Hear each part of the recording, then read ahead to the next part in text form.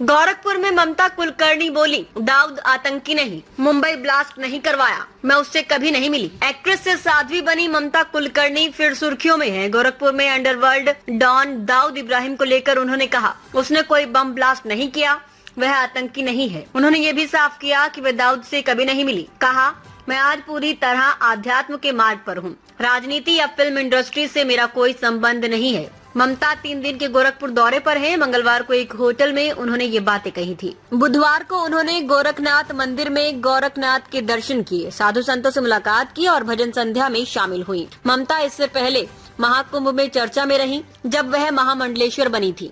ममता ने कहा, मेरा जन्म ब्राह्मण परिवार में हुआ, मेरी दादी ने मेरा नाम यमाई रखा था। मैंने 100 से अधिक फिल्मों का स्टारडम देखा, प्रसिद्धि भी पाई, मगर गुरु के चरणों में ही आत्म संतोष मिला। महामंडलेश्वर ने कहा, नाथ संप्रदाय से मेरा जुड़ाव आध्यात्मिक है। 1995 में मेरे जीवन में गुरु गगनगिरी महाराज का आगमन हुआ, जो नाथ संप्रदाय के महान तपस्वी थे। इसके बाद मेरे जीवन में बदलाव आया। यहाँ आने से पहले मैंने गुरु गोरखनाथ, मत्स्येंद्र नाथ और नाथ परंपरा से जुड़े साहित्य पढ़े। मैं लंबे समय से बाबा गोरखनाथ के दर्शन करना चाहती थी, लेकिन मेरी इच्छा आज पूरी हुई। ममता ने कहा, मैंने 12 साल तक एक स्थान पर रहकर ब्रह्मचर्य का पालन किया, कठोर तपस्या की। 2016 से 2025 तक निरंतर साधना के बाद मुझे सिद्धि प्राप्त हुई। सनातन धर्म में छठ पूजा का बहुत महत्व है। द्वापर और त्रेता युग में भगवान राम और कृष्ण के काल से ही इस व्रत का प्रचलन है और आज पूरे देश में विशाल रूप ले चुका है।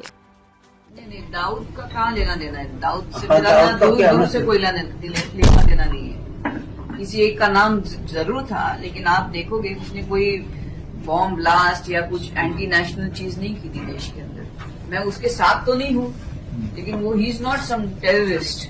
सो यू शुड बी, आपको उसका डिफरेंस भी समझ में आना चाहिए। आप जब दाऊद का नाम लेते हो, जिसके साथ मेरा नाम जुड़ा है, उसने कभी बॉम्ब ब्लास्ट नहीं किया बॉम्बे के अंदर, कभी सुना आपने?